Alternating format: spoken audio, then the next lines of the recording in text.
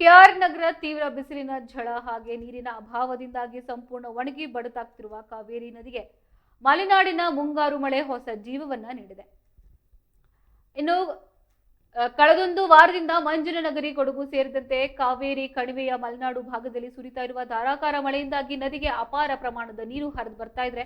ಇದರ ಪರಿಣಾಮವಾಗಿ ಮೈಸೂರು ಜಿಲ್ಲೆ ಕೃಷ್ಣಾ ನಗರ ಅಂದ್ರೆ ಕೆಆರ್ ನಗರ ತಾಲೂಕಿನ ಇತಿಹಾಸ ಪ್ರಸಿದ್ಧ ಧಾರ್ಮಿಕ ಕ್ಷೇತ್ರ ಹಾಗೆ ಪ್ರವಾಸಿ ತಾಣವಾದ ಚುಂಚನಕಟ್ಟೆಯ ಧನುಷ್ಕೋಟಿ ಜಲಪಾತ ಈಗ ಸಂಪೂರ್ಣವಾಗಿ ಮೈ ತುಂಬಿ ಹರಿತಾ ಇದೆ. ಮೈಸೂರು, ಮಂಡ್ಯ ಹಾಗೆ ಹಾಸನ ಸೇರಿದಂತೆ ತ್ರಿವಳಿ ಜಿಲ್ಲೆಗಳ ರೈತರ ಜೀವನಾಡಿಯಾಗಿರುವ ಕಾವೇರಿ ಇಲ್ಲಿನ ಬಂಡೆಗಳ ನಡುವೆ ಹಾಲಿನ ನೊರೆಯಂತೆ ರಭಸದಿಂದ ಧುಮ್ಮಿಕ್ತಾ ಇದ್ದಾಳೆ. ಇನ್ನು ಕಾವೇರಿಯ ಈ ರೌದ್ರಮಣಿಯ ಸೌಂದರ್ಯವನ್ನ ಕಣ್ತುಂಬಿಕೊಳ್ಳೋಕೆ ಸುತ್ತಮುತ್ತಲಿನ ಜಿಲ್ಲೆಗಳಿಂದ ನೂರಾರು ಪ್ರವಾಸಿಗರು ಚುಂಚನಕಟ್ಟೆಯತ್ತ ಧಾವಿಸ್ತಾ ಇದ್ದಾರೆ.